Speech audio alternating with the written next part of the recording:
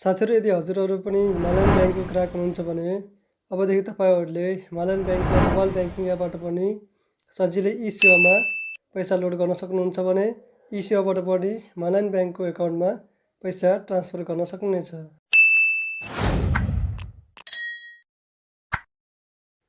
Himalayan ब्याङ्कदेखि e-Sewa आइडीमा पैसा load गर्नको लागि सर्वप्रथम हिमालयन ब्याङ्कको मोबाइल ब्याङ्किङ एप ओपन गर्नुहोला। ओपन गरेर लगतै हजुरहरूले यस्तो इन्टरफेस देख्न सक्नुहुन्छ जहाँ फन्ड ट्रान्सफर भन्ने क्याटेगोरी दिएको छ, जसमा ई-सेवाको लोगो सहितको लोड ई-सेवा भन्ने अप्सन दिएको छ। यसमा टच गर्नुहोला।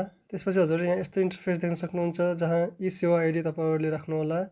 जुन ई-सेवा आइडीमा तपाईँले पैसा लोड गर्ने हो त्यो ई-सेवा आइडी यसमा राख्नुहोला। त्यसपछि साथै यसको मुनि एमाउन्ट भनेर लेखेको छ। यसमा चाहिँ तपाईँहरूले कति पैसा अथवा कति एमाउन्ट तपाईँले ई-सेवा आइडीमा लोड गर्ने हो त्यो एमाउन्ट यहाँ राख्नुहोला। एमाउन्टको ठ्याक्क तल मुनि देख्न सक्नुहुन्छ साथीहरू, तपाईँहरूले ट्रान्जेक्सन पर्पज भनेर अर्को अप्सन दिएको छ। यहाँ चाहिँ हजुरहरूले प्लिज सेलेक्ट लेखेको ठाउँमा टच गर्नुहोला।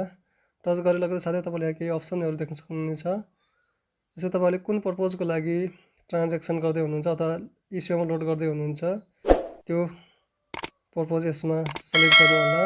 ट्रान्जेक्सन पर्पज सेलेक्ट गरिसकेपछि साथीहरू हजुरहरूले यहाँ माथि सबमिट लेखेको अप्सनमा टच गर्नुहोला। लगत्तै यहाँ कन्फर्म ई-सेवा लोड भनेर यस्तो इन्टरफेस देख्न सक्नुहुन्छ। यहाँ चाहिँ हजुरहरूले 6 डिजिटको ट्रान्जेक्सन कोड राखेर यहाँ माथि कन्फर्ममा टच गर्नुहोला। कन्फर्ममा टच गर्न लगतै साथीहरू तपाईँहरूले यहाँ पेमेन्ट रिभ्यू भनेर हेर्न सक्नुहुन्छ। यहाँ सबै कुराहरू ठिक छ भने हजुरहरूले माथि डनमा क्लिक गरेर ई-सेवामा सजिलै पैसा लोड गर्न सक्नुहुनेछ। साथीहरू, भिडियो कस्तो लाग्यो मन परेमा लाइक, कमेन्ट र सेयर गर्न नभुल्नुहोला।